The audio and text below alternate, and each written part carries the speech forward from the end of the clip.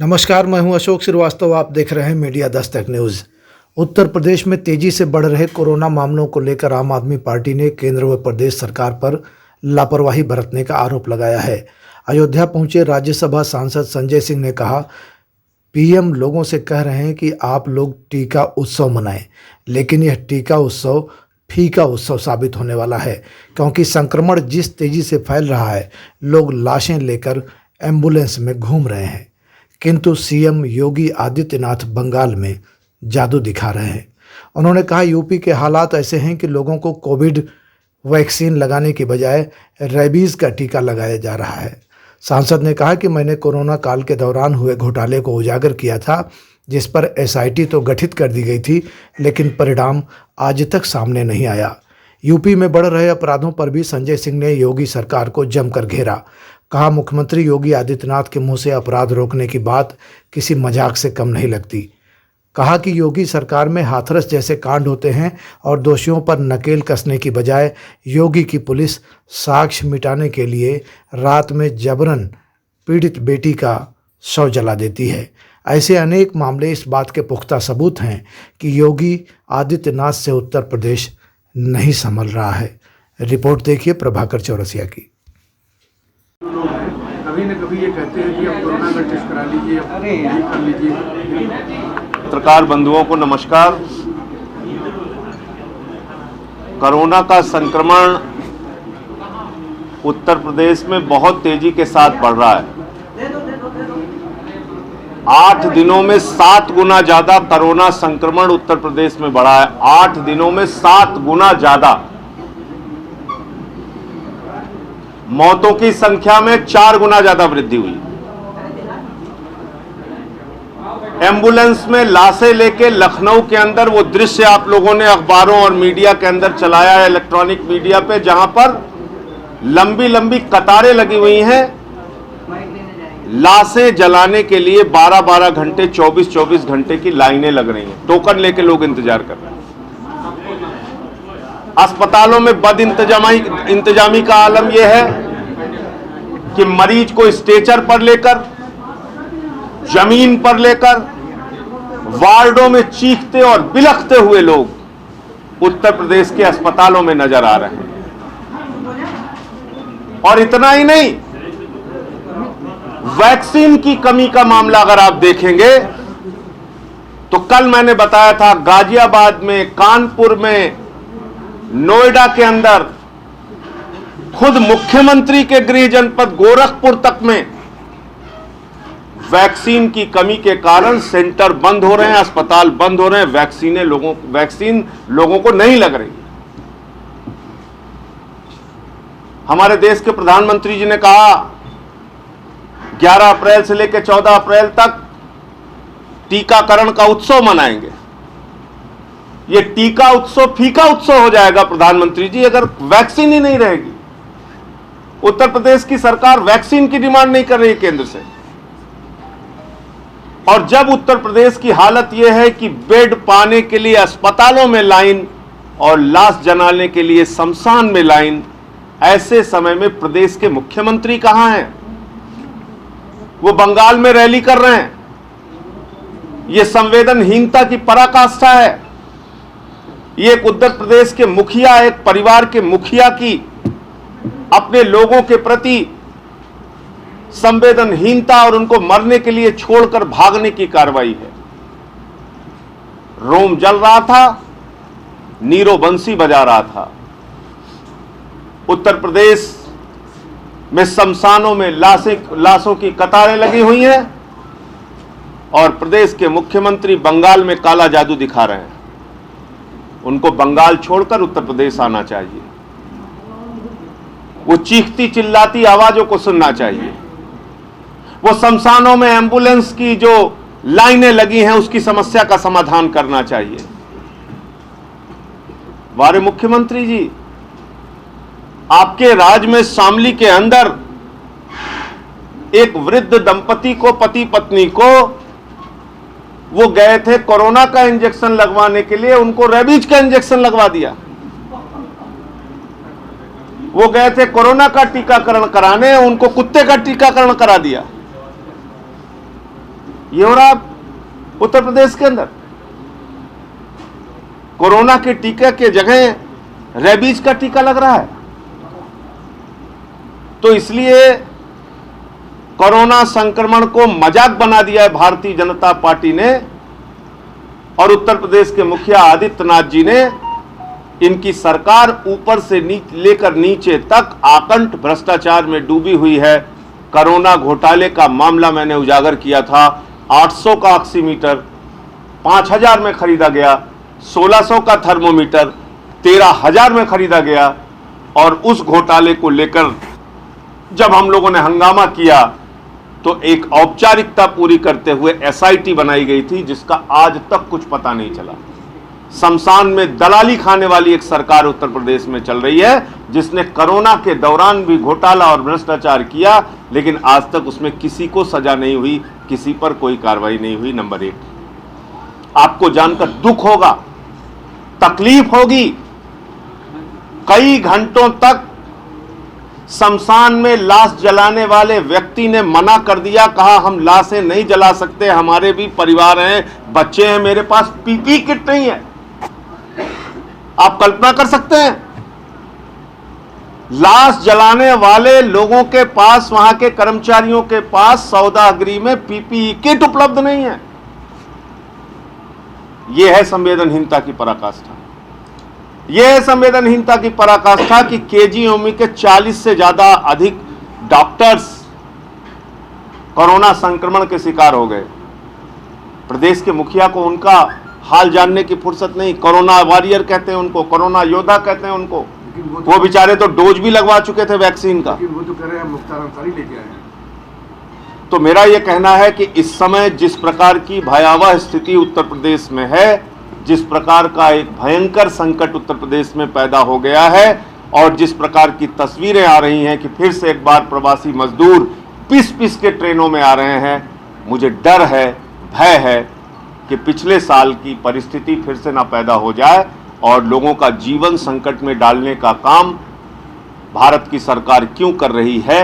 अगर आपने ट्रेनें चलाई होती तो शायद आज ये स्थितियां नहीं होती। क्या आप लोगों के जीवन से खिलवाड़ कर रहे हैं? मजदूरों से इतनी नफरत क्यों है आपको?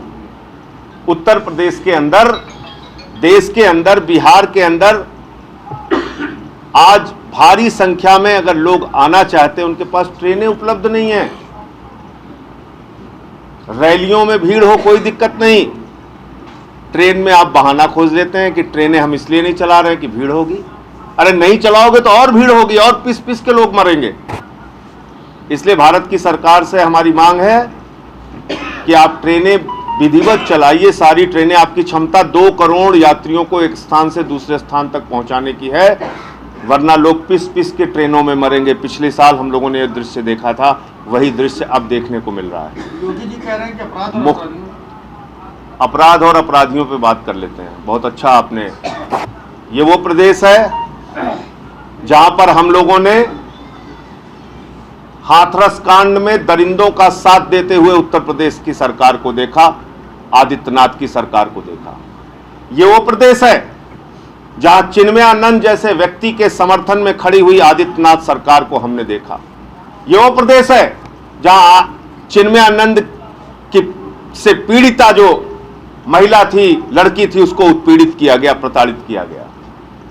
ये वो प्रदेश है जहां पर बलात्कार और हत्या के आरोपी कुलदीप सेंगर की पत्नी को टिकट भारतीय जनता पार्टी देती है। अपराध पे उनको बात करने का अधिकार है, वो बात करेंगे अपराध के ऊपर। जिनके राज में 6 साल, 8 साल, 10 साल की बच्चियों का रेप हो रहा है। आज जब मैं आपसे बात कर रहा हूं तो कल की घटना है, 2 साल की बच्ची के साथ बलात्कार हुआ मेरठ में। मुख्यमंत्री के गृह जनपद में भट्ठा मजदूरों की बेटियों को बंदूक के नोक पे पूरे रात बलात्कार किया जाता है। यह बोलेंगे अपराध के ऊपर। आदित्यनाथ की पूरी सरकार और इनका तंत्र और इनकी पार्टी बलात्कारियों, अपराधियों, भ्रष्टाचारियों को बचाने का काम करती है। इनको अपराध के बारे में बोलने का नैतिक अधिकार नहीं है। ये वो पार्टी है जो कठुआ के अंदर एक 8 साल की बच्ची का बलात्कार करने वाले बलात्कारियों के समर्थन में इनके 3 मंत्री तिरंगा यात्रा निकालते हैं। ये वो पार्टी है जो हाथरस कांड में एक गरीब की बेटी को रात को 2 बजे जलवा देती है। आज अपराध रोकने की बात आदित्यनाथ के मुंह से ऐसा लगता है जैसे वो मजाक कर रहे हो, उपदेश दे रहे हो, और खुद पूरी की पूरी सरकार को अपराध में डुबाए हुए हैं, अपराधियों के संरक्षण में डुबाए हुए हैं। वो तो कह रहे हैं हम मुख्तार ले आए हैं पंजाब से। देखिए, ऐसा है कि मुख्तार को आप ले आए हैं या किसको आप ले आए हैं और क्या आप कार्रवाई करना चाहते हैं, हम तो प्रदेश की जनता जो भुगत रही है हम उसकी बात कर रहे हैं। हर जिले के अखबार आप उठा के देखिए, बलात्कार की घटनाओं से भरे पड़े रहते हैं, हत्या की घटनाओं से भरे पड़े रहते हैं। जब मैं आपसे बात कर रहा हूं, इस समय पंचायत का चुनाव चल रहा है, हर जिले में हत्या, हर जिले में अपहरण, प्रत्याशियों को धमकाना, कार्रवाई हो रही है। तो अपराध का नियंत्रण कैसे आप मापेंगे? आप सुप्रीम कोर्ट ने गाइडलाइन दी है, एक आदेश दिया है, मुख्तार अंसारी पे आप कार्रवाई करना चाहते हैं, फास्ट ट्रैक कोर्ट चलाना चाहते हैं, जो भी आप कार्रवाई करना चाहते हैं कीजिए। लेकिन प्रदेश की जनता ने क्या गुनाह किया है? जिन लोगों ने आपको 325 सीटें दी हैं, उनका क्या गुनाह है? उनको क्यों रोज अपराधों का सामना करना पड़ता है? उनको न्याय कैसे मिलेगा? और आपकी पार्टी जिस व्यक्ति को लेकर पूरे दुनिया में हंगामा हुआ, कुलदीप सेंगर जो आपके विधायक थे भारतीय जनता पार्टी के, उसके विधायक की पत्नी को आप टिकट दे रहे हो और आप कह रहे हो कि आप अपराध से लड़ रहे हो। कैसे अपराध से लड़ोगे आप? चिन्मय आनंद के समर्थन में खड़े होकर अपराध से लड़ोगे? हाथरस के बलात्कारियों के समर्थन में खड़े होकर आप अपराध से लड़ोगे? तो दुर्दांत अपराधियों के समर्थन में खड़ी होने वाली आदित्यनाथ सरकार को मैं फिर दोहरा रहा हूं, अपराध के खिलाफ बोलने का कोई नैतिक अधिकार नहीं है। सर, बंगाल में चुनाव चल रहा है और कोविड को लेकर प्रधानमंत्री ने सभी मुख्यमंत्रियों से वीडियो कॉन्फ्रेंसिंग के जरिए कल बात की। उन्होंने कहा है कि मतलब 2 गज की दूरी, मास्क का प्रयोग, लेकिन वही आज नड्डा और तमाम लोग जो है, जो बीजेपी के नेतृत्व के लोग हैं, वो बंगाल में रैलियां कर रहे हैं जिसमें लाखों की तादाद में लोग आ रहे हैं। देखिए, कल मैंने कहा था, फिर दोहरा दे रहा हूं, इस देश में 2 स्वास्थ्य मंत्री हैं। एक का नाम है डॉक्टर हर्षवर्धन, दूसरे का भी नाम है डॉक्टर हर्षवर्धन। एक डॉक्टर हर्षवर्धन जी कहते हैं कि कोरोना शादियों से, किसान आंदोलन से और निकाय चुनावों से फैल रहा है। और दूसरे डॉक्टर हर्षवर्धन जी ट्वीट करके कहते हैं, प्रधानमंत्री जी की रैली में हजारों की भीड़ जुटी, उनको बहुत बहुत बधाई। और संविधान की शपथ लेते हैं, 2 तरह की बातें करते हैं। देश के प्रधानमंत्री ने अगर कल कहा कि कोरोना के संक्रमण से देश में खतरा है, मास्क नहीं लगाओगे तो फिर से हम लॉकडाउन लगा देंगे, तो उनके पार्टी के नेता कैसे आज प्रचार कर रहे हैं, इसका जवाब देश के प्रधानमंत्री आदरणीय नरेंद्र मोदी जी को देश के सामने देना चाहिए। यह आपका दोहरा चरित्र है, ये आपकी 2 तरह की बातें हैं। एक तरफ आप ये कहते हैं कि हम मास्क लोग नहीं लगाएंगे तो फिर से लॉकडाउन लगा देंगे, और दूसरी तरफ आपके नेता हजारों हजार की भीड़ लेकर रैली करते हैं। आप मुझे बताइए, केरला में केसेस हैं 11 लाख, तमिलनाडु में केसेस हैं 9 लाख, बंगाल में केसेस हैं 6 लाख, उत्तर प्रदेश में केसेस हैं 6 लाख।